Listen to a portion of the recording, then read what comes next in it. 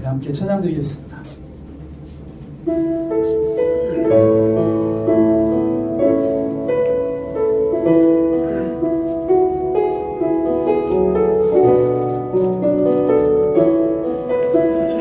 우리 마음으로 고백해 봅시다. 나의 예수 주님 같은 분은 없네. 주 영광을 찬양해. 모든 열방이 주 경배해. 찬양의 원 산나 영광의 왕 구원자 예수 영원히 주 이름 찬양해. 예수 그리스도 만왕의 왕께 하나님이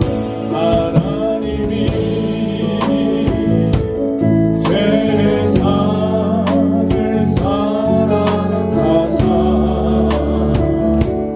독생자를 주셨으니 믿는 자는 구원 얻으리. 아멘. 찬양의 원 산나 영광의 왕 구원자 예수 영원히 주 이름 찬양해. 예수 그리스도 만왕의 왕 찬양의 호산나 찬양의 호산나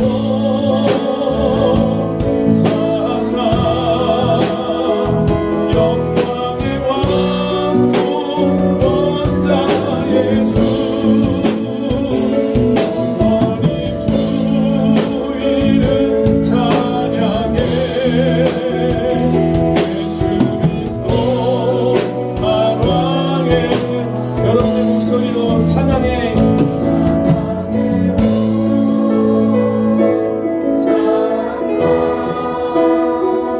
영광의 왕 구원자 예수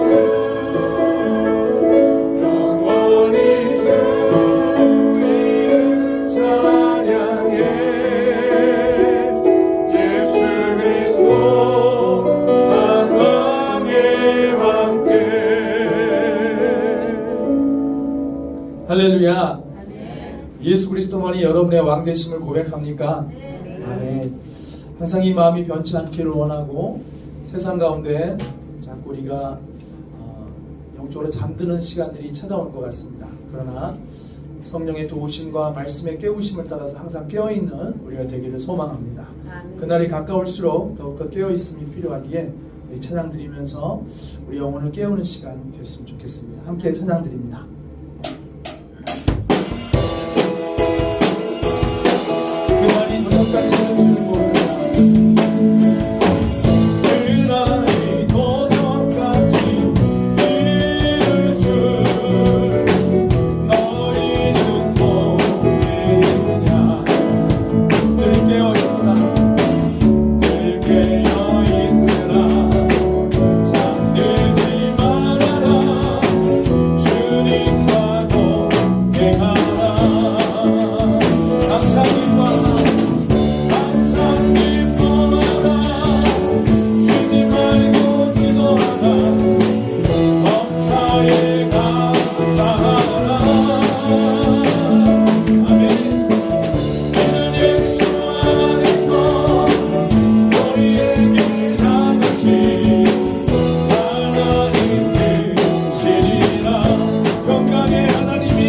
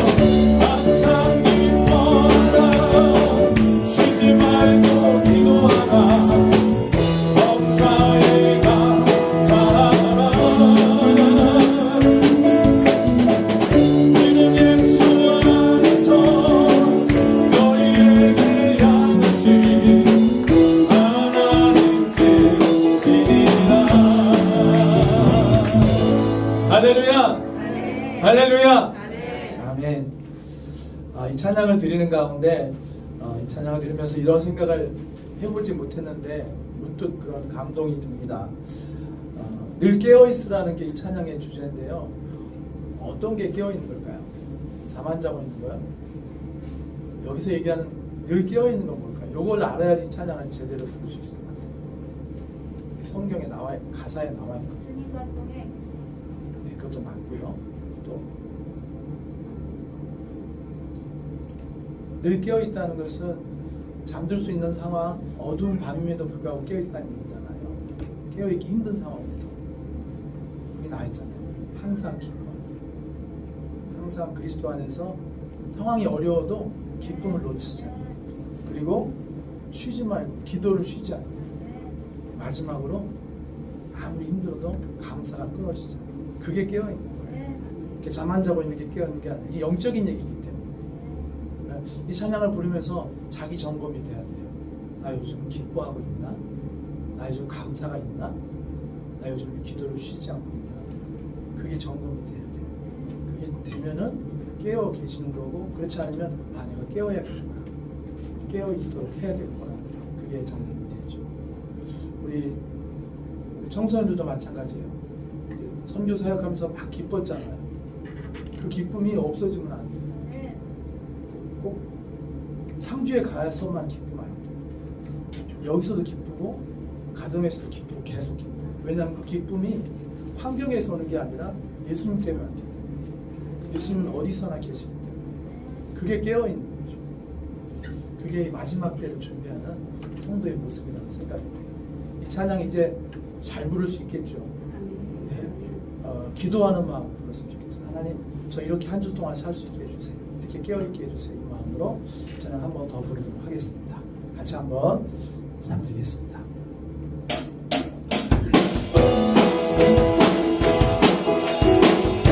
그날이 도적같이 이를 주 너희는 모르느냐. 늘 깨어있어야 합니다. 늘 깨어있으라. 잠들지 말아라. 주님과 동행하라. 항상 기뻐하라.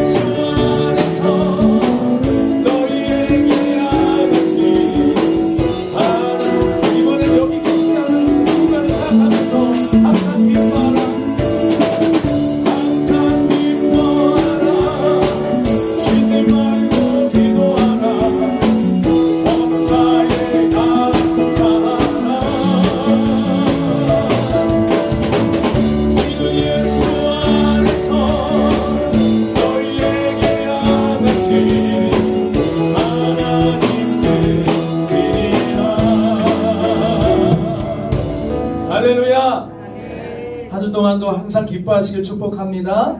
쉬지 말고 기도하시며 범사에 감사할 수 있기를 축복합니다. 아멘. 마지막으로 이 찬양 함께 드리기 원합니다. 한 주 동안 주님께 속한 자로 사시길 축복합니다.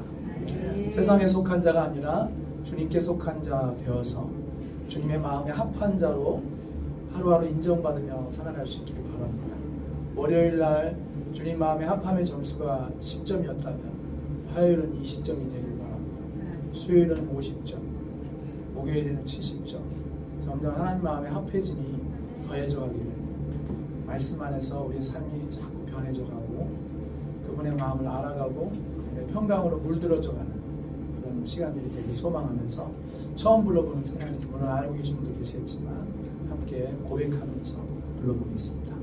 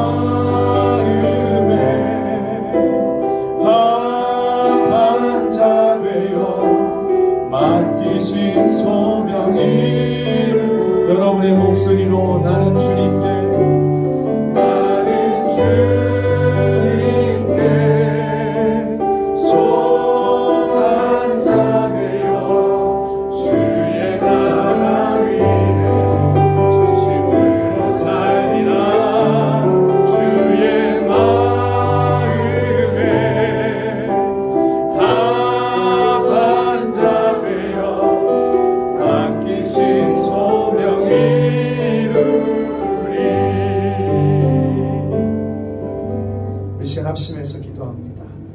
오늘 예배를 통하여서 주님만 영광 받으시길 위해 기도하고, 오늘도 말씀을 전하실 조혜종 우리 문수자 목사님을 통하여 하나님 우리에게 들려주고 싶어 하신 하나님의 이야기, 하나님의 말씀, 하나님의 명령, 하나님의 당부, 하나님의 부탁하신 말씀들을 듣는 큰 은혜의 시간 될 수 있도록 성령님 역사해달라고 우리 주여 한번 부르고 간절히 기도하겠습니다. 주여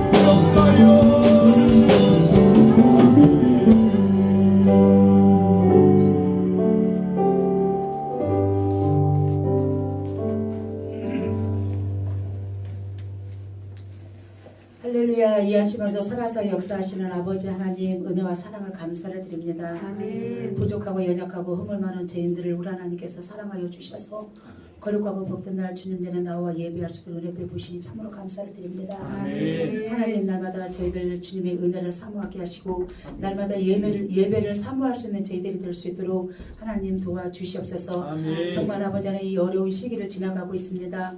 하나님 정말 코로나로 인하여서 정말 아버지 모든 사람들이 두려워하며 하나님 아버지 하나님 날마다 떨며 있는 이 가운데에 저희들에게 날마다 믿음의 눈을 열어주셔서 정말 아버지 주님을 바라볼 수 있는 믿음을 하나님께서 허락하여 주시옵소서. 아멘. 그래서 정말 이 어려운 시기에 더욱더 주님 앞에 가까이 나가기를 원합니다. 아멘. 하나님 정말 주님을 원망하는 것이 아니라 불평하는 것이 아니라 더욱더 감사할 수 있는 저희들이 될 수 있도록 하나님 도와주시옵소서. 아멘. 하나님 먼저 믿는 저희들이 정말 주님 앞에 회개하기를 원합니다. 아멘. 하나님 날마다 감사를 회복하기를 원합니다. 아멘.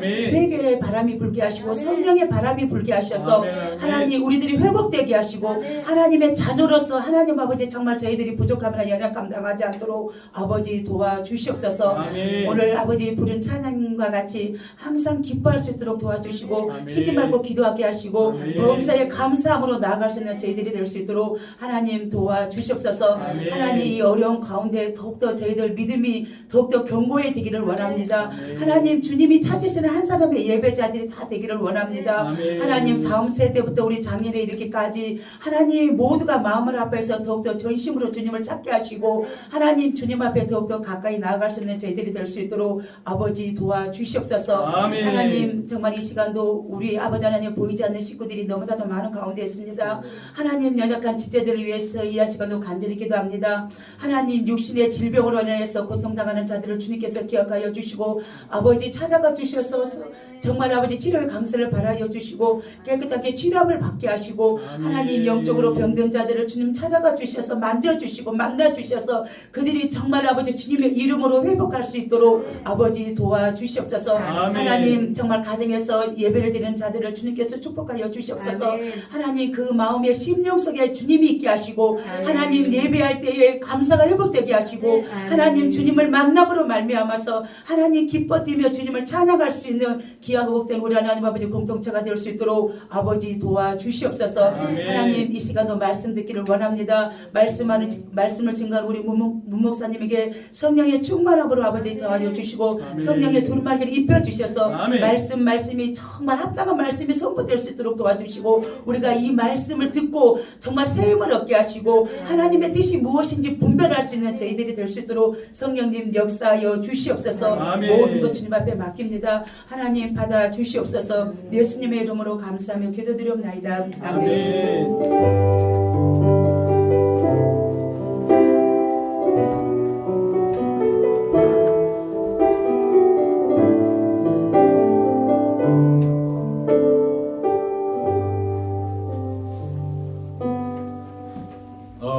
말씀 나누기 전에 제가 개인적으로 기도 제목 한 가지 나눠드리고 부탁 좀 드리고 이제 말씀을 읽고 말씀을 좀 같이 나누기를 원합니다.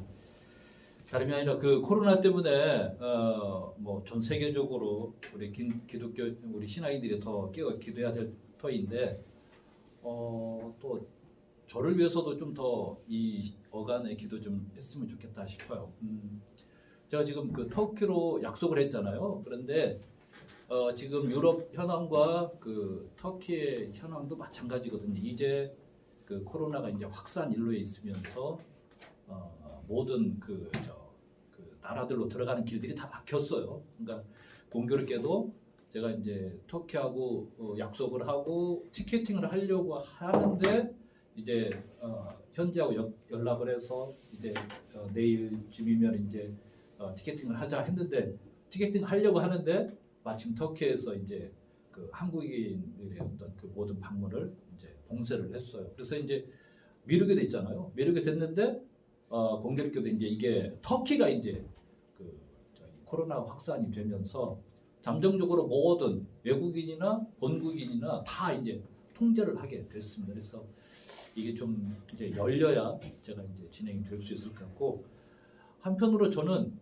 굉장히 감사하기도 해요. 왜냐하면 우리 김 목사님은 또 저에 대해서 잘 알기도 하겠지만 제가 이렇게 제가 그 신학교에 가고 또 부르심을 받고 신학교에 가고 지금까지 여기까지 오면서 저는 선교의 시유자도 생각을 안 하고 인간적으로 하나님의 어떤 부르심이 있는 특히 이제 우리나라의 상황 가운데 어떤 제가 이제 순종함이 있었는데 그래서 저는 선교의 시유자도 한 번도 생각해 본 사람이 아니거든요. 그런데 작년 이맘때쯤 이제 하나님께서 그 마음을 불어 넣어주면서 지난 1년 동안 사실은 그 마음적으로 차분히 기도하고 하면서 이제 준비해 왔거든요. 1년 전쯤 오케이를 하고 여기까지 왔는데 제 시간표대로 그러니까 제 입장에서 오늘날의 이 상황을 점검을 해보면 하나님이 이렇게 하나님 앞에 제가 순종을 하고 하려고 하는데 뭐 이렇게 방해 안 하나 싶은 거예요. 좋은 일이 일어날 줄로 믿고 이것을 믿음으로 잘 이길 수 있도록 우리 성도님들이 또 합심으로 기도해 주시고 그러면 제가 별것도 아니고 저 보잘것 없는 것 같은데 희한하게 저로 하여금 하시는 어떤 이런 일들에 악한 역사들이 또 하지 않나 하는 생각이 들어서 더 어떤 그 전투지가 불타오르기도 합니다. 그래서 차분히 기도하는 가운데 하나님이 하실 일이 무엇인지를 더 깊이 바라보게 해달라고 좀 기도 좀 해주셨으면 좋겠고 또 이 상황도 이제 어쨌든 풀리기는 풀리는데 하나님의 때에 잘 풀려서 부족한 저지만 저를 통해서 하시고자 하는 일에 하나님의 어떤 기름 부심이 있었으면 하는 마음이기도 합니다. 네, 그래서 사전 그 기도 부탁드리고 이제 말씀 같이 보도록 하겠습니다. 오늘 에스더서 3장 1절에서 11절까지만 보시도록 하겠습니다. 읽는 동안에 지난주에 이어서 오늘 3장을 읽으시면서 이 본문을 통해서 또 하나님은 무엇을 보게 하실지 깨닫게 하실지 어떤 분들은 이제 성경 본문을 다시면서 벌써 그런 느낌이 있을 줄 압니다. 우리 한 절씩 한번 교독해 보도록 하겠습니다. 에스더서 3장 1절에서 11절까지인데요. 찾으셨죠? 네. 그 후에 아하수에로 왕이 아각 사람 함누다다의 아들 하만의 주의를 높이 올려 함께 있는 모든 대신 위에 두니 대궐문에 있는 왕의 모든 신하들이 다 왕의 명령대로 하만에게 끌어 전하되 모르드게는 풀지도 아니하고 전하지도 아니하니 대궐문에 있는 왕의 신하들이 모르드게에게 이르되 너는 어찌하여 왕의 명령을 거역하느냐 하고 날마다 원하되 모르드게가 듣지 아니하고 자기는 유다인임을 알렸더니 그들이 모르드게의 일이 어찌되나 보자 하여 하만에게 전하였더라. 하만이 모르드게가 무릎을 꿇지도 아니하고 절하지도 아니함을 보고 매우 노하더니 그들이 모르드게의 민족을 하만에게 알림으로 하만이 모르드게만 죽이는 것이 부족하다고 생각하고 아하수에로에 못 따라 있는 유다인 곧 모르드게의 민족을 다 멸하고 하더라. 아하수에로 왕 제12년 첫째 달 곧 니산월에 무리가 하만 앞에서 날과 달에 대하여 부르 곧 제비를 뽑아 12째 달 곧 아다로를 얻은지라. 하만이 아하수에로 왕에게 아뢰되 한 민족이 왕의 나라 각 지방 백성 중에 흩어져 가는데 그 법률이 만민의 것과 달라서 왕의 법률을 지키지 아니하오니 용납하는 것이 왕에게 무익하니이다. 왕이 옳게 여기시거든 조서를 내려 그들을 진멸하소서. 내가 은 1만 달란트를 왕의 일을 맡은 자의 손에 맡겨 왕의 금고에 드리리다 하니 왕이 반지를 손에서 빼어 유다인의 대적 곧 아각 사람 함무다다의 아들 하만에게 주며 같이 읽겠습니다. 이르되 그 은을 내게 주고 그 백성도 그리하노니 너의 소견에 좋을 대로 행하라 하더라. 아멘.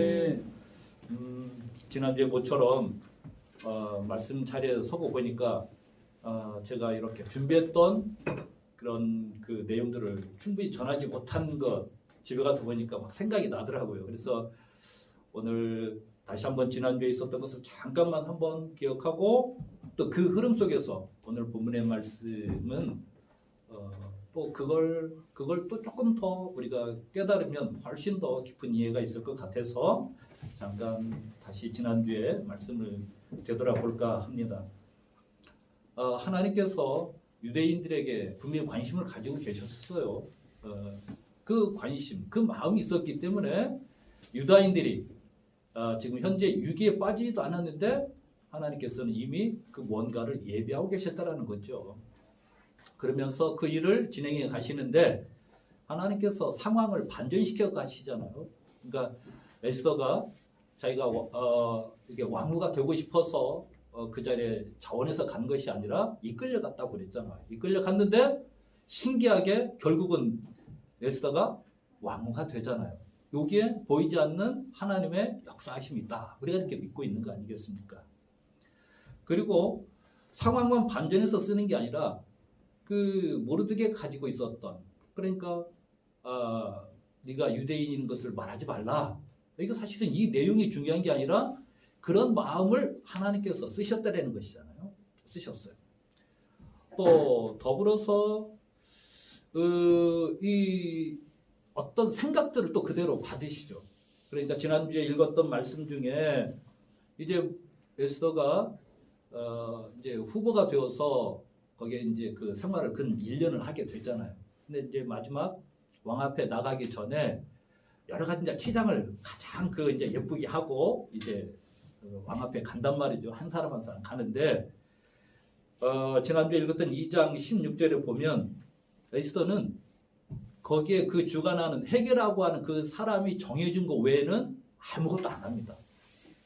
지난주에 이 이야기를 조금 이제 나누지를 못했었는데, 그러니까 내노라는 그런 그 정치 지도자들의 딸은 그 어떻게든 왕후가 되게 하려고 막 모든 것을 다 동원해서 그 왕궁에서 주는 것 그거 외에 더 뭔가를 막 이렇게 꾸미기도 하고 더 좋은 뭐 향품도 쓰기도 하고 최고의 어떤 그런 옷도 준비하고 막 그렇게 했거든요. 그런데 에스더는 헤게가 정해준 것 외에는 하지도 않았어요. 그리고 왕 앞에 갔는데 왕이 어떻게 됐어? 에스더를 가장 사랑스럽게 보는 거야. 놀랍죠? 여기에 누구의 힘이 역사하셨어요? 하나님의 힘이 역사하셨다는 거죠. 그러니까 하나님께서는 유대인에게 그렇게 관심을 가지듯이 오늘 저와 여러분에게 여전히 똑같이 관심을 가지고 계신다는 거죠. 어쩌면 우리는 더 하나님은 우리에게 마음을 두고 계신다. 왜? 물론 유대인들도 귀하지만 우리는 하나님의 아들 예수 그리스도를 희생시키고 우리를 대신 이렇게 지금 살게 하시는 이런 존재들인데 얼마나 귀해요. 진짜 하나님의 아들 딸들이거든요. 더 귀하다는 더 귀하다는 거죠. 자, 이런 것들을 기억하면서 오늘 이제 본문 말씀을 보게 되는데 보기 전에 우리 또 학생들이 있어서 제가 지난주에도 그런 얘기 할까 싶었는데 못하고 사실 이 에스더의 배경이 되는 거는 이게 숫자로 얘기하면 이게 지금 기원전 약 480년 어간에 일어난 일이에요. 480년. 그러니까 여기 등장하는 아하수에로 왕은 실제로 학명으로 크세스라는 이름을 가지고 있어요. 어떤 친구가 아하수에로 진짜 있었던 일이라 해서 궁금해서 쳐볼 수 있거든요. 그런데 이 교회나 관련 있는 사람들이 올린 자료만 있지 실제로 크세스 이게 누군지 모르거든요. 그러니까 여기 지금 이 나라는 지금의 이란, 이라크의 전신인 페르시아 왕국에 관련된 일이거든요. 그러니까 이 실제 그 나라에 있었던 일입니다. 이 에스더 왕비를 이제 그 왕비로 둔 왕이 바로 여기 아하수에로 왕인데 크세스 왕이라는 것이죠. 우리도 고대 역사 있죠. 우리나라의 고대 역사 있듯이 페르시아 즉 이란에도 자기들 고대 역사를 보면 기원전 485년에서 465년 사이에 근 20년, 만 20년을 통치한 왕이 나오는데 바로 크세스 왕이 나오더라는 거예요. 실제로. 그래서 이때 어간에 일어난 이 사건을 가지고 오늘 우리에게 지금 들려주고 있다 하는 것이고, 학생들이 있어서 관련해서 하나 더 얘기해 드리면 이런 거죠. 그 옛날 이 시대에 이 페르시아가 큰 제국을 이루어서 이 서쪽으로 이제 계속 동쪽으로 뿐만 아니라 서쪽으로도 영토를 넓혀가고 있었어요. 그러니까 서쪽으로 가면 어디냐면 유럽이 나오거든요. 그러니까 이때 이 아하수에로 왕 바로 아버지 왕 때 이제 전쟁을 벌였거든요. 그러니까 이 여기가 지금의 터키 지방인데 터키에서 서쪽으로 탁 넘어가면 거기가 이제 유럽의 첫 나라가 나오는데 지금의 그리스라고 하는 나라가 나오거든요. 그러니까 서쪽으로 가면서 그 영토를 차지하려고 싸움을 걸었는데 이 전쟁이 바로 페르시아 전쟁이거든요. 이 전쟁에서 사실은 이 그리스 연합 군대가 페르시아의 이 침략을 막아내고 거기서 승리를 하게 됩니다. 잘 알고 있는 이때 기원전 490년에 이 전투 나오는데 이 전투가 바로 마라톤 전투라고 하는 겁니다. 이때 승리하고 나서 너무 기쁘니까 그리스 군사가 그 마라톤 해협에서 있었던 그 전쟁 소식을 막 뛰어가서 자기 왕에게 알렸다라는 거 아니야. 42.19km를 달려가서 그 유명한 전투가 바로 이 아하수에로 왕 바로 아버지 그 앞에 있는 아버지 왕 때 일어난 일입니다. 그리고 사실은 이 왕과 관련된 아하수에로 왕과 관련된 역사적인 전쟁이 하나 또 있습니다. 이게 기원전 480년 그러니까 아버지 때 10년 전 490년에 마라톤 전투에서 한번 졌죠. 지고 나면 포기합니까? 아니죠. 여기 대제국을 이뤘는데 그래서 다시 대열을 정비해서 자기 아버지는 못했지만 나는 한번 다시 도전하리라 해서 이 아하수에로 여기 지금 있는 이 크세스 임금이 대열을 정비해서 다시 서쪽으로 쳐들어갑니다. 이때 세계사에서 저는 잘 모르는데 세계사에서 가장 유명한 그 전투 그 해전이 하나 있는데 그 해전이 바로 살라미스 해전이라는 게 있어요. 살라미스 해전. 이 살라미스 해전에서 이 아하수에로 임금 크세스 임금이 그 자기 군사들을 데리고 그 그리스 연합군과 또 거기서 딱 그 살라미스 해협에서 딱 만났는데 거기서 기록에 의하면 그리스 연합군대는 그 아테네나 스파르타 이 연합군대는 작은 배들을 포함해서 약 300여 척 배가 있었다고 그래요. 그런데 이 페르시아 이 군대는 아주 대단한 군함들을 이루는 그런 약 1000여 척의 어떤 기록에는 1200척 이게 군대를 이끌고 거기를 이제 확장하려고 쳐들어갔다는 거죠. 근데 이 살라미스 전투에서 완전히 여기서 또 다시 크게 이제 패하게 됩니다. 그래서 이제 다시 돌아오게 됩니다. 사실은 이 역사를 잘 엮어보면 이 돌아오고 나서 에스더 이 왕비를 뽑게 됩니다. 이거 굳이 숫자로 딱 끼워 맞춰보면. 그러니까 살라미스 해전이 480년에 일어났는데 이 에스더 왕비는 478년에 왕비를 선출하거든요. 이 기록에 그 연대를 끼워 맞추면. 그러니까 어떻게 보면 이미 아하수에로 임금은 그 전에 이제 그 와스티 왕비를 패하고 나서 긴 공백이 있었잖아요. 그 공백 기간에 사실은 그냥 있었던 게 아니라 이렇게 전투 현장에 가기도 하고 본인이 직접 가서 지휘도 했지만 자기는 이제 본국에 있으면서 전쟁을 일으켰으니까 거기에 관련된 이제 그 어떤 그 일들을 해내야 되겠죠. 그래서 그런 상황 속에 있었던 터에 마침 이제 그 전쟁에서 패하고 돌아오면서 이제 그 이후로부터 약 한 3, 40년은 이제 전쟁이 없습니다. 이 페르시아에. 이제 그 중에 이제 왕비도 뽑고 이제 하는 과정에 있었다 하는 이야기를 하나의 배경처럼 또 우리 학생들이 있어서 제가 한번 관련해서 말씀을 드렸습니다. 또 한 가지는 아시다시피 이게 이제 이스라엘과 관련해서 말씀을 드리면 이스라엘이 하나님 앞에 큰 죄를 이렇게 계속해서 이제 죄를 짓고 선지자들을 보내서 계속해서 그것을 회개하고 돌이킬 것을 주문했으나 돌이키지 않으니까 하나님께서 이스라엘을 이제 바벨론 포로 생활을 하게 하면서 저들을 돌이키게 하시잖아요. 그게 이제 숫자로 얘기하면 기원전 586년경에 완전히 이제 그들이 바벨론의 이 포로로 끌려오는 겁니다. 바벨론 포로로 끌려오는데도 한 번에 다 끌려오지 않고 약 세 차례에 걸쳐서 끌려오게 됩니다. 대단한 어떤 사람들은 다 끌려오는 거죠. 그때 당시 유다의 내노라는 지식인들은 다 끌려오는 거죠. 유력한 사람들은 다 끌려오는 거죠. 저 역대하 11기하에 보면 거기에 남아있는 사람들은 이제 조금 이렇게 그냥 평민들 또는 문제 있는 사람들만 남겨놓고 어지간한 사람들은 다 끌고 왔다고 하는 기록이 역대하나 또는 11기하에 그대로 기록되어 있습니다. 왜냐하면 이렇게 이제 이 나라의 어떤 그런 비전 이런 것들 완전히 이제 짓밟는 거죠. 그리고 유력한 사람들 다 끄집어다가 이제 볼모 삼고 자기네 노예 삼고 이제 이렇게 이제 생활을 하게 되는 거죠. 이렇게 해서 끌려갔죠.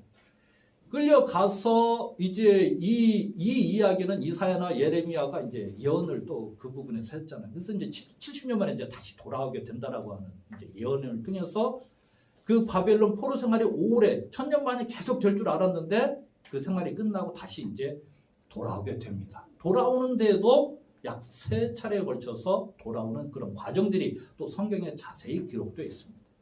그 중에 이제 요 에스더서가 배경이 되고 있는 이 시대의 전후로 해서 이 앞에 그러니까 이게 지금 이 왕이 485년, 465년 이 사이에 있었는데 그 앞에 그러니까 538년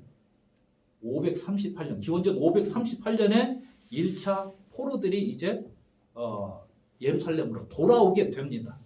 돌아오게 됐는데 이때 돌아오게 된 이 시대의 왕이 누구냐? 이 페르시아, 즉 바사 시대. 성경에는 페르시아라고 기록되어 있지 않고 성경에는 바사 시대 이렇게 되어 있습니다. 바사 임금이라고 되어 있죠. 이때 임금이 누구냐? 고레스라고 하는 임금입니다. 그러니까 그 앞에 고레스 임금 바로 앞에까지는 제국의 이름이 바사가 아니고 바벨론이라고 하는 나라였어요. 그러니까 바벨론 시대에 끌려왔지만 그래서 그 나라가 이제 뒤바뀌었어. 왕권이 뒤바뀌었어. 왕조가 뒤바뀌었다고 봐야 되는 거죠. 그러니까 지형은 거의 그대로인데 즉 그 주 민족이 북쪽에 있는 바벨론 족속들이 그 나라를 차지하다가 지금의 약 이라크 사람들일 것 같아요. 굳이 그것을 구분해서 얘기한다면 그런데 이 고레스 임금은 이란계 쪽이에요. 이란계 쪽이죠. 그러니까 바벨론을 무너뜨린 바사 시대를 열어버린 거거든요. 그런데 이때 지금 누구요? 그 유다 사람들, 이스라엘 사람들은 잡혀온 상태에 있다가 고레스 임금이 야 너희들은 이제 앞에 왕조가 했던 것처럼 그렇게 하지 말고 니네 본국으로 돌아가 해서 이제 열리는 바람에 고레스 시대의 첫 이제 저 포로에서 다시 본국으로 돌아오는 그런 시기가 있었습니다. 이것이 기원전 538년경입니다. 근데 이때 다 돌아왔으면 얼마나 좋아요. 추계기는 우리나라가 1945년 해방이 됐잖아요. 해방이 돼서 저 만주나 연해주에 있는 사람들이 다 우리나라 돌아왔으면 얼마나 좋았겠어요. 못 돌아왔거든요. 여러 가지 상황들이 있어서 못 돌아온 사람들이 굉장히 많았어요. 그래서 538년에 1차 많은 사람들이 돌아왔지만 여전히 반수 이상이 못 돌아왔거든요. 그러고 나서 바로 이 에스더 시대 바로 뒤 약 한 15년 후 숫자로 얘기하면 458년. 이 임금은 기원전 지금 485년에서 65년 사이에 있었거든요. 근데 458년에 두 번째 이제 포로민들이 본국으로 돌아오게 됩니다. 이때 이 포로민들을 이끈 사람이 누구냐? 여러분들이 잘 아는 에스라라고 하는 지도자입니다. 에스라가 이제 두 번째 이제 이 자기 유대인을 데리고 본국으로 돌아오게 됩니다. 이것이 458년 경입니다. 여러분들이 이제 듣느라고 계산을 못했는데 1차 포로로 왔을 때가 538년. 두 번째 포로가 몇 년에 왔어요? 458년. 몇 년 정도 차이가 있어요? 계산 빨리 하고 나니까 80년 차이가 있어요. 엄청난 겁니다. 그러면 우리도 지금 현재 진행되고 있어. 1945년에 저기 있는 사람들이 우리 지금 해방됐잖아요. 저 사람들 우리나라로 사실은 와야 됩니다. 80년 후에도 여기 지금 왔잖아요. 그리고 나서 이제 458년에 이제 2차 본국으로 돌아왔는데 3차는 그로부터 약 13년, 즉 445년에 누가? 느헤미야가 마지막 거기에 있는 이제 그 유대인들을 데리고 다시 마지막 본국으로 돌아오게 됩니다. 이게 3번에 걸쳐서 유대인들이 다시 돌아오게 되는 과정입니다.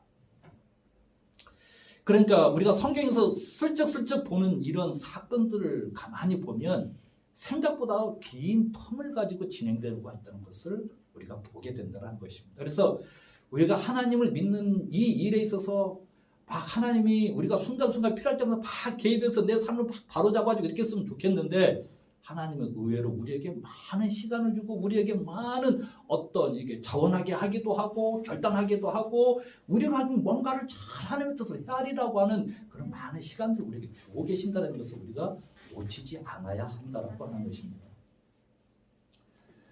자, 이제 본문을 조금 더 보도록 하겠습니다. 3장 이제 1절에 가서 보면 오늘 제가 이 본문말 이 설교에 대한 제목을 굳이 붙인다면 하나님의 마음 유대인 구하기 이제 부제목이 뭐라고 되어 있냐면 유기에 빠진 유다.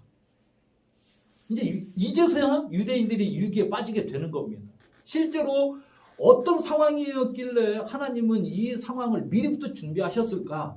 그래서 이것이 어떻게 지금 이게 진행되고 있는지 유대인들이 어떻게 해서 큰 위기 가운데 지금 빠지게 됐는지 이것을 속속들이 보면서 우리도 이러한 엄청난 위기에 빠지게 되는 이런 것들을 한번 긴밀히 보면서 우리가 이런 상황을 잘 분별하는 어떤 말씀의 근거가 되었으면 좋겠다 싶은 거죠. 3장 1절에 보니까 이렇게 기록되어 있습니다. 그 후에 아하수에로 왕이 아각 사람 함므다다의 아들 하만의 주의를 높이 올려 함께 있는 모든 대신 위에 두니 그랬거든요.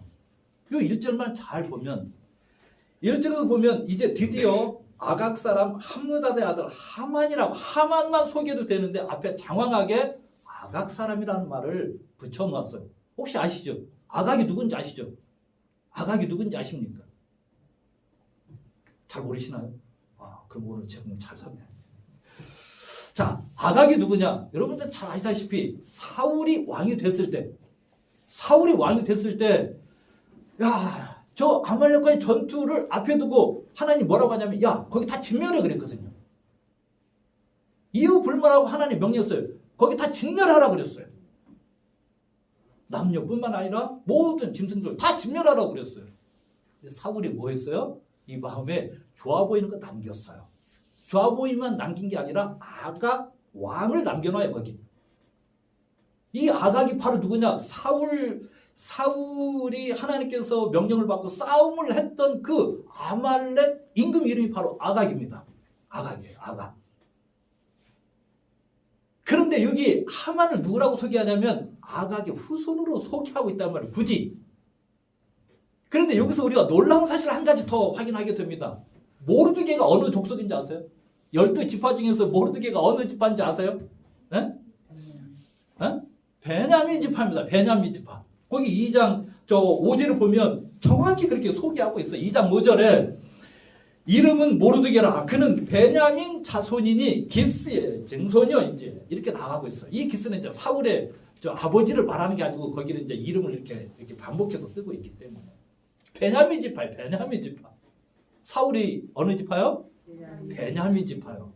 하나님 정말 소름 끼쳐요. 소름 끼쳐.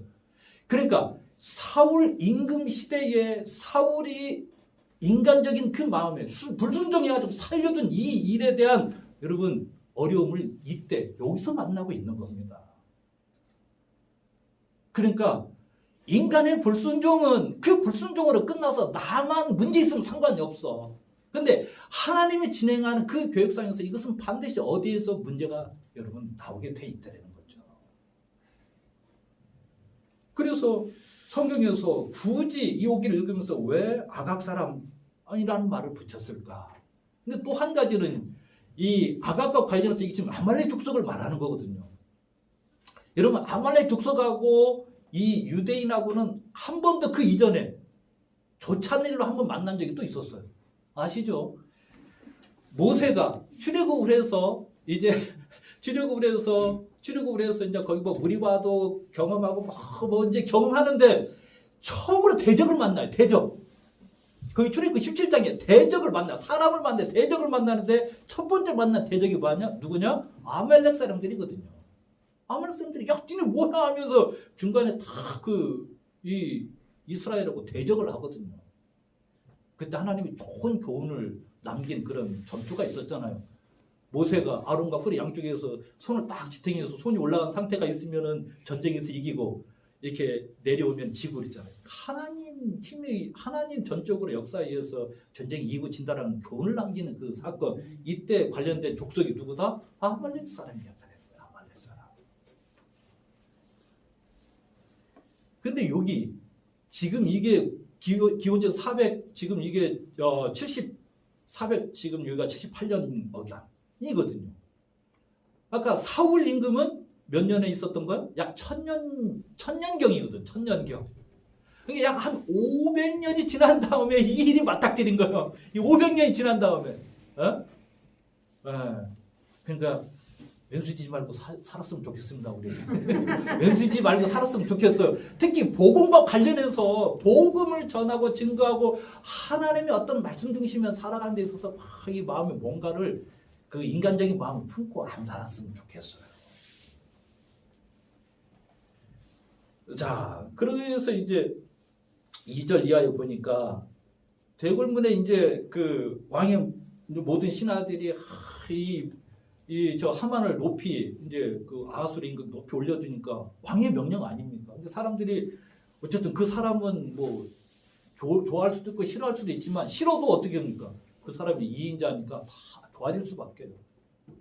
그런데 여기 4절에 보면 3절에 보면 모르드게는 어떻게 해요? 2절 하반절부터 보니까 모르드게는 거기다가 인사도 안 해. 무릎도 안 꿇어. 그러니까 우리 여기 지금 청소년들이 있어요. 이 말씀을 듣고 이 사람 왜 그랬을까 싶은 거야. 이렇게 생각 물어볼 수 있는 거야. 성경을 향해서 용기 있게 물어보세요. 그래야 자꾸 말씀이 더 우리의 궁금해하고 우리의 어떤 의심을 하나님께서 해결해 주시거든요. 이거 해결 안 하면 끝까지 이거 가지고 이렇게 이제 고민하게 됩니다. 거기에 걸려가지고 더 이상 말씀이 들어가지 않을 수도 있어요. 두려워하지 마시고 성경을 읽다가 궁금하고 뭔가 풀어야 될 게 있으면 계속 성경을 향해서 질문을 하고 또 그냥 대충 넘지 말고 하다가 안 되면 목사님들 계시면 목사님께 물어보고 하면서 이걸 풀어갔으면 좋겠다는 거죠. 어떤 사람들 쉽게 모르드게가 왜 이 하만에게 인사도 안 했을까? 뭐 그럴듯하게 멋지게 풀어낼 수 있어요. 이미 봐요. 두 족속은 완전히 서로 원수지간이잖아요. 할 만하겠어. 근데 500년이 지난 일이란 말이죠. 500년이 지난 일이란 말이죠. 죄송합니다만 여기 저희 집안하고 우리 그 서십사님 집안하고 500년 전에 왼수지간이었을지 어떻게 알아? 모르거든요, 사실은. 우리나라는 여러 가지. 그러니까 저희 집은 저 위에 있고 여기는 이제 밑에 있으니까 우리는 고구려 후손이고 여기는 백제 후손이어가지고 서로 왼수지간일 수도 있거든요. 왼수지간일 수도 있어요. 그런데 꼭 어떻게 하러 모르죠. 모르거든요. 그러니까 여기를 너무 우리가 성경 읽을 때 모르드게가 아말렉 사람인 줄 알고 싫어했을 거 아니에요. 이렇게 너무 쉽게 해결해 버리면 더 어떤 그 진보가 없어요. 더 진보가 없다라는 거야. 그 어떤 사람 이 저 성경을 풀어가신 분도 다 그렇게 이제 이래저래 이제 푸는 거죠. 근데 정답은 없어요. 왜 그랬더니 답은 없어요. 성경에서. 근데 저는 이 말씀을 준비하면서 이렇게 생각을 했어요. 여기 보니까 이 모르드게가 어쨌든 이유 불문하고 인사도 않고 절하지도 않고 무릎 꿇지도 않았어. 절하는 건 뭐 우상 숭배자는 뭐 그렇게 얘기할 수도 있어요. 근데 여기서 절이라고 해서 인사성을 말하는 거니까. 그래서 그런데 제가 이 말씀을 듣다가 이게 조금 의구심이 들었어. 그러면 나는 이렇게 안 하면 되거든. 왜? 이 일로 하만이 막 분노하잖아요. 세게 분노해가지고 저 유다인들 저 못 쓰겠네. 제가 다 죽여버려야 되겠다. 이런 생각을 하게 됐거든요. 그 사람의 마음을 부채질해 버렸어. 그러니까 이걸 읽다가 모르드게가 왜 그랬을까? 이런 의구심을 가지고 막 풀려고 하기도 하겠지만 이게 좋지 않게 기능을 했다 싶으면 나는 그렇게 안 하면 되는 거야. 그렇잖아요. 근데 이해가 됐어. 이야, 그러면 그렇지. 역시 신앙의 절개를 지키니까 하나님 이것을 어떻게든 또 풀어가시나. 그럼 나도 신앙의 절개를 지키면 되는 거야. 굳이 이것을 막 그래서 이제 여기 보면은 또 한 가지 이 일을 즐기는 사람들이 하나 등장을 하죠. 4절에 보니까 그들은 이제 모르드게 주변에 이제 아니 모르드게 아니라 하만 주변에 있는 이 사람들이죠. 어쨌든 또 그 사람들이 모르드게도 알았을 거고, 그 여러 사람들이 이 일이 어떻게 진행될까 싶어서 하만에게 얘기해줘요. 모르드게라는 사람이 이렇게 해서 하만 봤어? 당신에게 인사도 안 해? 이렇게 얘기를 하는 거야. 하만은 지금 높은 자리에 있고 이 모르드게는 사실은 지금 이 시점에서 높은 자리에 있지를 않거든요. 그러니까 우리 사극에서 보면 뭐 저 임금이 많이 차서 지나가는데 사람들이 다 엎드리는데 저 끝에라도 어떤 누가 이렇게 뭐 이렇게 잠시 이렇게 해도 사실 모르는 그런 존재감이 없는 상황일 수 있거든요. 그런데 이 고발자가 있는 거야. 하만 잘 봐봐. 내일 한번 출근하면서 잘 봐봐. 모르드게가 어떻게 하는지. 당신 아는 채도 않고 이렇게 절하지도 않을걸? 이렇게 이제 부추기는 거죠. 어떻게 됩니까? 실제로 가서 보니까 진짜 그렇거든요. 쟤 누구야? 그러니까 그때서는 이제 누굽니까? 이 모르드게가 자기가 유대인이라는 것을 이제 또 밝혀요. 그러니까 벌써 한 장 사이에 지난주에는 뭡니까? 자기 에스더를 왕으로 갈 때는 또 유다인인지 말하지 말라 했는데 여기서 또 유다인을 밝혀요. 그러니까 여러분 뭐 이런 걸 가지고 내가 신앙이 절결지 이렇게 자꾸 마음을 먹는 건 사실은 그러니까 우리는 하나님의 그것을 어여삐게 여기시고 하나님의 역사하심에 자꾸 초점을 맞췄으면 좋겠다는 것을 더불어서 말씀을 드립니다. 그러니까 어찌 되는지 한번 봤으면 좋겠다. 여러분 아시잖아요. 어찌 되는지 봤으면 좋겠다. 이거 어떤 존재가 이런 전술을 자주 구사합니까? 마귀의 전술이야 이게 사실은. 지금 이 일을 그르쳐가는 존재가 지금 이 3장을 읽다 보면 2장에서는 하나님의 손이 이렇게 상황들을 반전시키고 또 사람들의 마음을 써서 하나님의 어떤 지금 이 일을 미리부터 준비해가는 과정들이 보이고 있잖아요. 그런데 문제를 지금 막 꼬아가고 이것을 지금 유다인들 유기에 빠뜨려가는데 여기 마귀가 했다는 얘기 한마디도 없어요. 근데 희한하게 꼬여가잖아요. 희한하게 하만을 막 분노를 일으키고 여러분 보세요. 한 나라의 제2인자가 됐다고 하는 것은 그것도 여기 지금 페르시아 민족도 아니야. 알잖아요. 아말렉 족속이야. 여기도 어쨌든 소수민족의 한 사람이었다는 거죠. 이유 불문하고 우리가 그런 역사성들을 인정한다면 하만이 이 자리에 올라가기까지는 그가 어떤 그런 감정적인 사람 그때 판단력이 이렇게 막 수준 이하로 떨어지는 그런 사람 아닐 거라는 거죠. 근데 그 마음을 막 헤집어 놓잖아요. 헤집어 놓는 거죠. 그러니까 이 일을 그르치려고 하는 어떤 힘에 지금 작용하고 있는 거죠. 보이십니까? 그러니까 우리도 여전히 마찬가지라는 거죠. 우리가 생각하고 의도하는 것과는 다르게 이것을 가지고 여러분 보세요. 이 나쁜 마음을 또 이게 좋지 않는 마음을 이렇게 그것을 같이 이렇게 연결시켜서 문제를 꼬아가고 이것을 틀어간다 싶으면 반드시 그때 직감하시라. 이것은 악한 역사입니다. 하나님의 역사는 이렇게 바꿔가잖아요. 선한 거, 좋은 걸로 바꿔가잖아요. 그런데 문제를 꼬아박으로 이렇게 비틀어 놓고 또 판단력을 흐리게 하고 뭔가를 막 기분 상하게 하고 하는 것은 누굽니까? 마귀의 역사라는 거야. 제가 우리 그 재작년에 우리 저 중고등부하고 이렇게 설교할 때 마귀를 헬라어로 뭐라고 하냐 이렇게 물은 적이 있어요. 기억나요? 여러분들 저 게임할 때 많이 쓰는 디아블로스라고 해요. 디아블로스.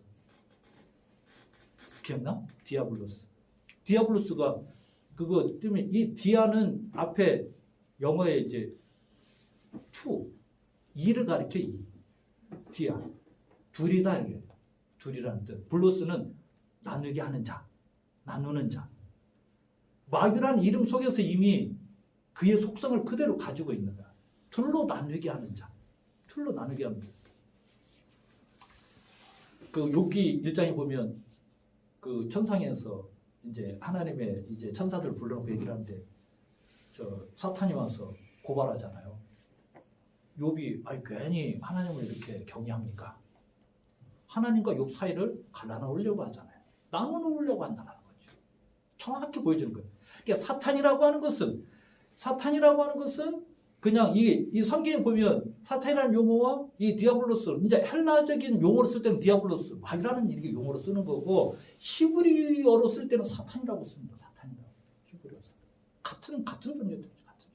그래서 막 이렇게 뭐 이렇게 좀 세분하게 얘기하는 것은 다음에 하시기로 하고 어쨌든 같은 속성을 가지고 있는 존재들이라고 하는 것이죠. 그래서 그 상황을 딱 보고 나니까 하만이 이게 이제 견딜 수가 없네. 그러다가 이제 그가 누구라는 걸 알아서 유대인이라는 사실을 알게 된 거죠.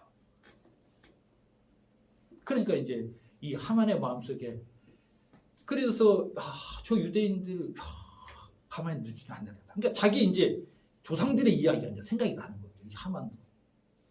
그래서 유대인들을 다 저 모르드게만 죽일 것이 아니라 저 유대인들을 다 죽여야 되겠구나. 이런 생각을 하게 되는 거죠. 그래서 보면 6절에 이렇게 되어 있어요. 그들이 모르드게의 민족을 하만에게 알림으로 하만이 모르드게만 죽이는 것이 부족하다고 생각하고 아하수에르 온 나라에 있는 유다인 곧 모르드게의 민족을 다 멸하고자 하더라 그랬어요. 이 분노를 일으킨 거죠. 하만의 마음속에. 하만의 마음속에 분노를 일으킨 거예요. 그 몇몇 사람들이 한 것 같은데 다시 보시라는 거예요. 몇몇 사람들은 어떻게 된 거야? 이 보이지 않는 악한 자의 이 수단이 되어버린 거예요. 악한 자의 수단이 되어버린 거예요. 그 사람들이 악한 게 아니죠. 자, 그리고 이제 그래서 이제 이 하만이 이제 작전을 짜는데 이게 생각보다 치밀하게 짭니다. 일단은 날짜를 받아요. 날짜를 받는데 날짜를 딱 뽑았잖아요. 사람들 모아놓고 야 그럼 날짜를 받아보자 해가지고 제비를 뽑는 거죠.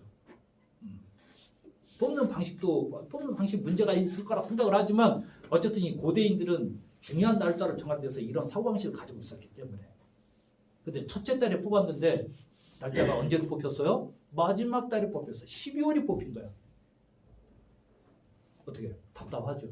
저 왼수들을 갚아야 되는데 아니 12월이 걸렸어. 다시 뽑아 다시 이렇게 하고 싶죠.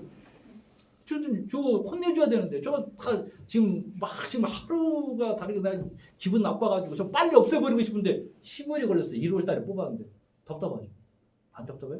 별로 안 답답한 것 같은데. 조건사님 어떻게? 답답하지. 바로 그냥 며칠이 그냥. 근데 우리 사극이 벌써 그런 걸 잠깐이야 뭐 연산군을 배경으로 하는 그런 장희빈 같은 게 이렇게 하면 그건 디데이 날짜를 보는데 야 우리 이달 보름이다. 보름달 뜨면 며칠 안 내두고 그 날짜를 잡거든요. 우리가 이 본문을 읽으면서 혹시 날짜를 그렇게 생각했다면 큰 오산이야. 근 1년 후에 날짜가 잡힌 거야. 근 1년 후에. 하만은 이성적인 사람이었어요. 마음은 들끓었지만 이걸 어떻게든지 해결하려고 그가 잘 참는 거지. 기다리는 거예요. 자기도. 거기다가 왕의 마음을 확실히 얻기 위해서 뭐까지 준비했어요? 은 1만 달란트를 준비했어요. 그냥 1만 달란트도 아니고 그때 당시는 은이 최고의 가치잖아요. 은 1만 달란트를 준비했어요. 은 1만 달란트. 여러분, 이 사단의 역사는 생각보다 지배하면서 치밀합니다. 우리가 얕봐서는 안 된다는 거죠. 우리가 절대 얕봐서는 안 됩니다. 우리 스스로가 사단의 도구가 되는 것도 우리가 늘 깨워서 기도해서 저들의 내가 도구가 되지 않아야 되겠다고 생각을 해야 되겠지만, 그 사단이 움직여가는 것도 우리가 그것을 우리가 깊이 바라봐야 된다. 생각보다 주도 면밀하게 움직인다는 거예요. 주도 면밀하게. 제가 앞에 그래서 조금 이렇게 이제 편안하게 말씀을 드리면, 이 사단도 뭔가 일이 일어날 것에 대한 그 사람들 그런 상황들을 알죠. 아무나 사단이 건들겠어요? 안 건듭니다, 사실은.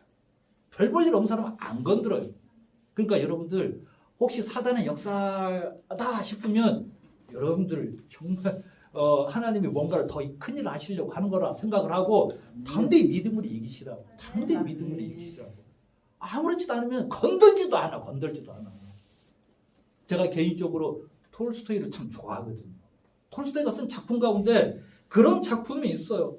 예를 들어서 불은 놓아두면 끄지 못한다. 이런 단편들이 몇 개 있고, 또 세계 사과나무 이런 것도 있고, 또 작은 낭만은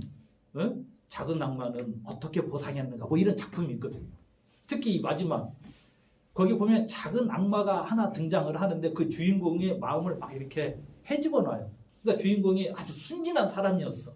순진한 사람이었는데 어느 날 이제 나무하러 갔어요. 이제 도시락 준비해가지고 나무하러 갔는데 이렇게 하다 보니까 도시락이 없어진 거야. 없어져서 오늘 배고파서 어떻게 해야지? 이렇게 짜증날 수 있잖아요. 막 일도 하고 나무하고 그러는데 짜증날 수 있잖아. 그런데 이 주인공이 도시락이 없어졌네 하면서 선한 마음으로 그것을 이렇게 이제 이겨버리는 거야. 그러니까 작은 악마가 이거 아닌데 쟤 화나게 하려고 했는데 쟤 그냥 버럭 화나게 만들려고 했는데 제발. 그래서 이 작은 악마가 큰 악마를 찾아가요. 아니 이렇게 해서 했는데 아니라고 했더니 너 너무 하수라고 이렇게 하면서 이제 전술을 가르쳐 주는 거야. 그래서 전술을 가르쳐 주는데 그 가난한 농부를 아주 부자가 되게 만들어 버려. 그 작품에 보면 아주 부자가 되게 만들어요. 여기까지 좋았잖아요. 좋았는데 그리고 나서 사단의 전술 두 번째가 들어가는데 그러면서 작은 악마들 가서 이렇게 얘기하라. 너 부자가 됐으니까 부자가 되고 이렇게 쌀도 많고 그러니까 동네 사람들 다 불러다가 맛있는 이 술을 빚어서 그냥 공짜로 대접해 주라고. 이렇게 얘기를 꼬이는 거야. 그러니까 그럴듯하잖아. 자기 돈도 많이 벌었겠다. 그래서 확 넘어가 버립니다. 넘어가 버려요. 그러니까 우리가 좀 더 주의 말씀 가운데 조금 더 우리가 순결하게 반응하면서 살려고 하면 여기 있는 분들은 그래도 믿음 있는 분들이니까 미리 말씀드릴게요. 사탄이 어느 순간에 그것을 방해하려고 거치게 하려고 덤벼들지도 모른다는 사실을 꼭 유념하고 사셨으면 좋겠다. 그냥 우리끼리 하는 얘기. 그냥 있잖아 나이롱들 있잖아요. 나이롱들은 관심이 없어요. 말들도 알아. 나이롱인지 알아. 편하게 얘기했고요. 어쨌든 요 7절 이제 8절 이제 9절 그래서 이 하만이 준비를 하는데 사실은 보세요. 이 하만이 준비하는 것 같지만 유대인들을 이제 멸하고자 하는 이런 계획들이 아주 주도 면밀하게 진행이 되고 있다라고 하는 겁니다. 마지막에 결정적으로 뭡니까? 왕이 그 얘기를 듣고 나니까 왕의 마음이 바뀌었죠. 왕의 마음이 바뀌어서 반지를 빼줘요. 옛날 반지를 빼줬다면 네가 이제 전권을 가지고 결제하라. 결제 도장이거든요. 옥세 기능을 하는 게 그때 당시 왕의 반지니까. 그러면서 은 1만 달란트. 네가 맡아서 하면 더 이것도 해봐. 그러니까 이것으로 봐서 꼼짝없이 유대인들은 이제 위기에 빠진 거죠.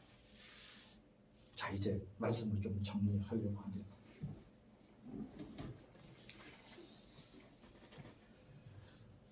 이 장에서 하나님께서 사용하시는 것들이 하나님께서 사용하셔서 하나님의 일들을 이루어 가시잖아요. 악한 사단도 자기의 방법들을 가지고 악한 역사를 이룩하고 있습니다. 어떤 것들을 썼습니까? 분노를 일으키잖아요. 또 하만이 지금 왕답으로 최고 높은 자리에 있어.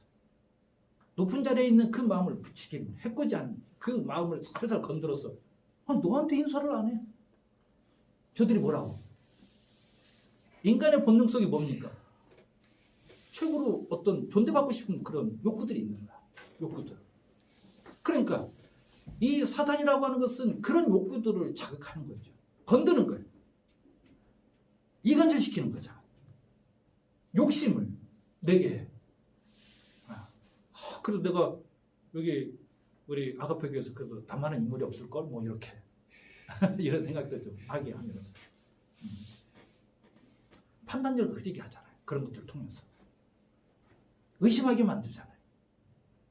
자존심을 상하게 만들어요.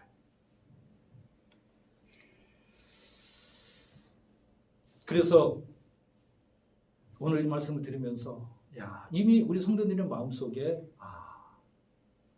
나를 자극한 나의 어떤 것을 악한 사단은 지금 자극하고 나를 이렇게 이제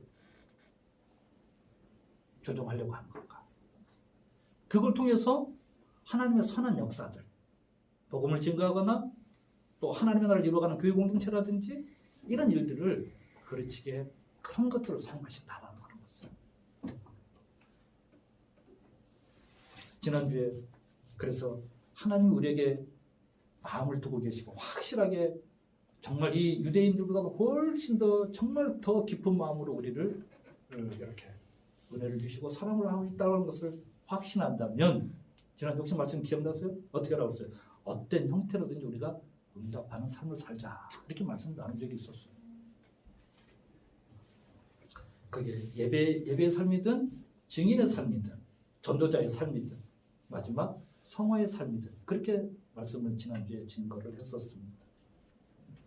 그래서 오늘 여기서 다시 말씀을 이제 정리하면서 그러니까 우리가 하나님의 이 은혜를 확신하고 하나님의 사랑을 확신한다면 그냥 있어서는 안 되겠다는 다시 한번 응답을 반드시 하면서 살아야 되겠다는 응답을 그 응답 가운데 여러 가지 것이 있지만 마지막 한 번 더 우리가 할 수 있는 일이 있다면 주님 앞에 가는 그날까지 하나님 말씀에 순종해 가는 삶이 아닌가 싶은 거예요.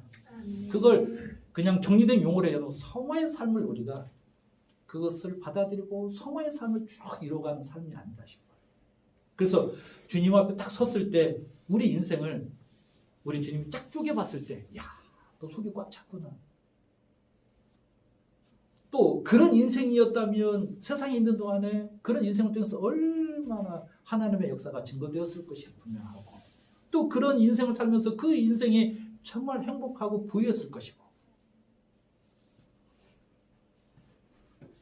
그런데 이 지점에서 이제 저도 어느 날 보니까 이게 5학년이 돼버린 거야. 네? 나도 모르게 약간 이렇게 우리 성도님들 저를 조금 잘 보셨는지 어떻게 모르겠는데 저도 아주 조금 이렇게 거친 게 있었죠. 일부러. 그러니까 저는 뭐 20대든 30대든 제가 있는 그대로 좀 살아봤으면 좋겠다 싶어서 막 살기도 하고. 근데 제가 드리려고 하는 말씀 딱 요약을 하면 이렇게 시간이 지나면서 그냥 흔히 이렇게 나이를 먹어가면서 조금 부드러워지는 것도 있는 것 같아요. 안 그렇습니까? 맞아요? 그런데 그거는 성령의 은혜하고 상관없잖아요. 거기다가 조금 더 우리가 말씀에 순종하고 성령에 순종한다면 자연적인 변화보다도 조금은 좀 더 달라져야 되지 않겠나 싶습니다. 그래서 내가 딱 보면서 내가 나이 먹어서 그런지 순종해서 그런지를 알잖아요. 나이 먹어서 그런지 순종해서 그런지 그러니까 그 차이가 별것 없어 보이는 것 같아요. 근데 하나님은 그 차이를 지금 우리한테 요구하고 계시는 것 같아요. 그 차이를. 가만히 있어도 인간이라고 하는 우리 교회 다니지 않는 어떤 인간들도 나이 먹어가면서 조금은 부드러워지고 조금 더 우리 위할매가 살아있을 때 그랬거든요. 진짜 우리는 그런데 진짜 그렇게 그 대장 같았던 우리 외할머니도 80대 딱 들어가시니까 확 꺾이시더라고. 정말 부드러워지시더라고. 어? 근데 우리는 그렇게 자연적인 변화가 아니라 정말 하나님 말씀에 순종하면서 조금 더 그 별 차이 없는 것 같지만 그 차이를 우리가 타고난 하나님 부르심 받고 있을 때, 야, 네가 이래서 이렇게 참, 네 삶이 참 어쩌구나. 네 삶이 참 그래도 속이 꽉 찼구나. 이런 하나님으로부터 어떤 그런 우리가 이야기를 듣는다면 얼마나 또 그게 좀 감사한 삶이겠는가 하는 생각을 해보. 우리가 그렇지 않으면 사단의 도구가 된다는 사실입니다. 이게 막 둘이 맞물려 있어요. 시소 게임하는 것도 똑같아요, 사실은. 하나님의 역사가 강하면 강할수록 얘네들은 설 자리가 없어지는 거야. 그런데 이게 우리가 생각보다 이것이 느슨해지면 얘네들의 설 자리는 점점점 커가는 거예요. 그러면서 이제 정리하려고 하는데, 요게 뭐 분노, 이간질, 욕심 이런 거 다 사단이 쓰는 건지 알겠어요. 그런데 우리가 복음에 근거하지 않는 고집스러운 신앙의 절개 같은 게 있을 수 있어요. 그거 사단이 그것도 역시 수준 높은 이 점수리 높은 이 사단은 그런 거 이용한다라는 겁니다.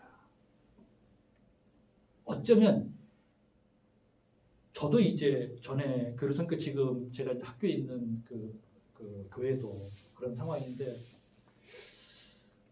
저희가 이런 걸 분별할 때가 너무 조금 저도 힘들 때가 있어요.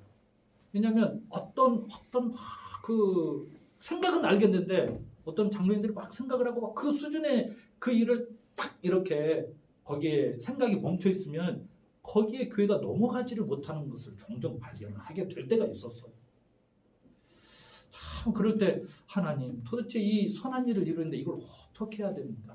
제가 기도를 하거나 참 궁금해할 때가 있었는데, 정리하면 우리가 복음에 근거하지 않는 그런 신앙의 절개는 오히려 사단의 여러분 수단이 될 수 있다는 사실을 우리가 늘 깨닫게 됐으면 좋겠어요. 이걸 인정했으면 좋겠다니까요. 이번 이 코로나 사태도 사실은 마찬가지거든요. 코로나 사태도 이게 약간의 뉘앙스의 차이에 있어서 어떤 사람들은 막 우리가 핍박을 받는 거라고 생각할 수도 있다고 봅니다. 뭐 그거 어떻게 하겠어요? 그렇게 생각할 수 있다는데, 그런데 우리가 또 한편으로 생각해 보면 우리가 정말 이 지금 사회는 지금 위험에 빠져 있거든요. 위험에 빠져 있어요. 그럼 이럴 때 신앙인들은 이걸 어떻게 이 사람들을 도와야 할까를 또 생각을 해보면 또 다른 문제이거든요. 근데 악한 사단은 이것을 고집스럽게 어쩌면 그분들이 잘못됐다는 게 아니라 그 신앙의 절개 같은 거지만 그 절개를 딱 이용해서 몇 교회가 딱 넘어가 버리잖아요. 그럼 우리 한국교회 지금까지 우리 아가페교회를 비롯해서 열심히 복음 전달했던 이 복음의 전대문이 생각보다 확 막힐 수가 있다는 거예요. 누가 좋아하는 겁니까 이거? 사단이 좋아하는 거거든요. 그러니까 우리 교회 지도자들이 더 이럴 때 이걸 정말 이걸 어떻게 분별해서 우리가 잘 이것을 섬기고 풀어가야 될 것인가 정말 큰 숙제인 것은 맞습니다. 그래서 우리가 늘 깨어 기도한다면 또 이건 뭐 두려워할 건 아니고 또 하나님의 선하심을 믿고 간다면 우리가 또 담대해질 필요도 있는 것 같고, 그러니까 오늘 말씀을 이제 기억하시면서 여전히 하나님이 이렇게 역사하는 그곳에 악한 것도 여전히 역사하고 있다는 것을 우리가 늘 기억하고 우리가 끝까지 승리할 수 있기를 주님의 이름으로 축원을 드리겠습니다. 잠깐 기도하겠습니다. 하나님 아버지, 우리가 제대로 순종하지 못해서 하나님의 나라가 위협받지는 않을지 늘 두렵고 또 떨리기도 합니다. 그러나 하나님을 아버지라고 고백하는 우리가 하나님의 그 은혜, 하나님의 그 마음, 하나님의 그 사랑을 다시 한번 확신하고 순종하기만 한다면 하나님께서는 어떤 어려움 속에 있을지라도 그것을 선한 것으로 바꿔주시고 또 어떤 것이라도 하나님은 그것을 통하여서 하나님의 일을 이루어 가신 것을 다시 한번 확신하게 됩니다. 흔들림 없이 하나님의 살아계심과 하나님의 역사하심과 하나님의 전능하심을 믿고 살아가는 우리 모두가 되게 하여 주옵소서. 예수님의 이름으로 기도하옵나이다. 아멘.